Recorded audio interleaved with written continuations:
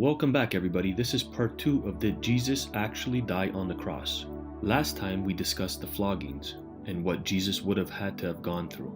But let's get to the cross. Let's get to the crucifixion. You see, the death penalty today is much different. We have the triple injection cocktail or even electrocution. But back then, it was much more brutal. You see, first things first, a lot of people think that crucifixion meant the person was hung on a cross and died because it was too hot, the sun would beat down on them, they were hungry, starving, and they literally would just hang there until they died. But that's not how it worked. The first thing that would have happened as soon as Jesus arrived at the site of his crucifixion is he would have been laid down and his arms would have been stretched out horizontally across the horizontal beam. Then the Romans would use spikes that were 5 to 7 inches long, very sharp at the points, and they would begin to drive those spikes through the wrist. And in case you're wondering, in those days, that was part of the language of the day, which would include the hand. So wrist and hand would have been synonymous with one another.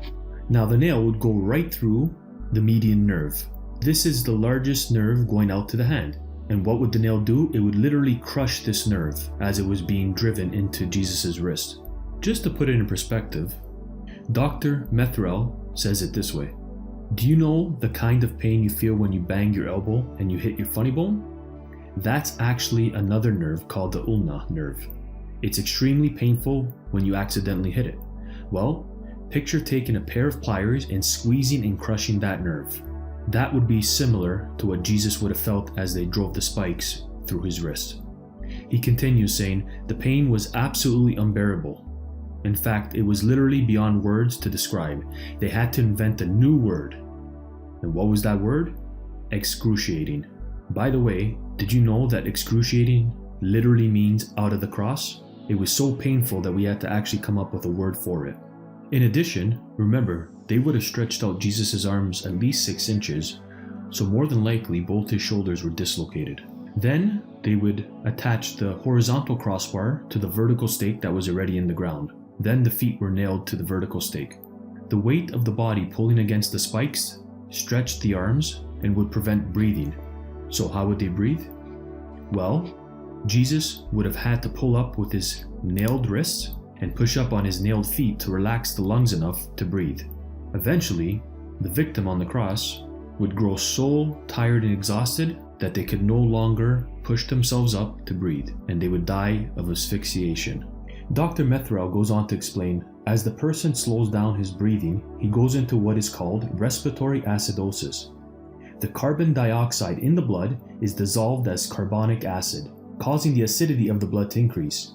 This eventually leads to an irregular heartbeat. In fact, with his heart beating erratically, Jesus would have known that he was at the moment of death, which is when he was able to say, Lord, into your hands I commit my spirit. And then he died of cardiac arrest.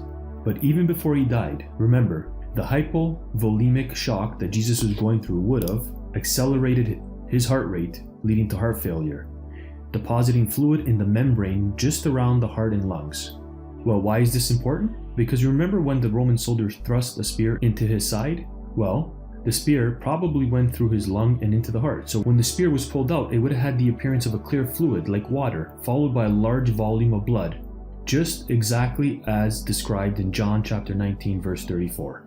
Of course, they probably had no idea what that meant at the time. And by the way, if you're thinking he wasn't dead at this point, then the spear would have surely killed him and finished him off anyways. Sometimes if they wanted to speed up the death process, they would take a crossbar and smash their legs. Why would they do this? So that the victim could no longer push up and breathe. But, as we read in John chapter 19 verse 33, there was no need to break Jesus' legs because, why? He was already dead. You have to remember, it's not like it is today. If someone undergoes the death penalty today, the executioner is not going to be killed himself. But that's not the case in those days.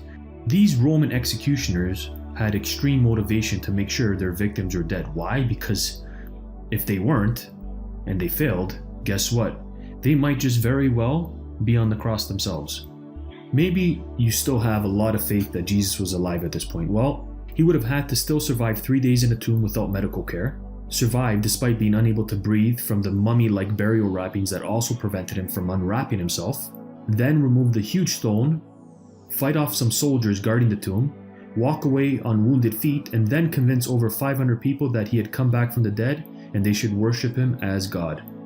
Some have proposed that Jesus never in fact died on the cross that day, but in fact that he escaped to Egypt. Well, what's the problem with that? Let me give you an example. If someone dies or is murdered, let's say, then the judge is going to look for eyewitness testimony. Now imagine someone 600 years later walks into the courtroom and says, that person was never murdered.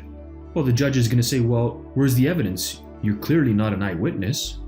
You see, when we evaluate history, we have to look at the eyewitness testimony and those historical documents that the testimony comes from. We cannot put our faith in claims that come 5, 6, 7, 800, 1,000 years after the fact.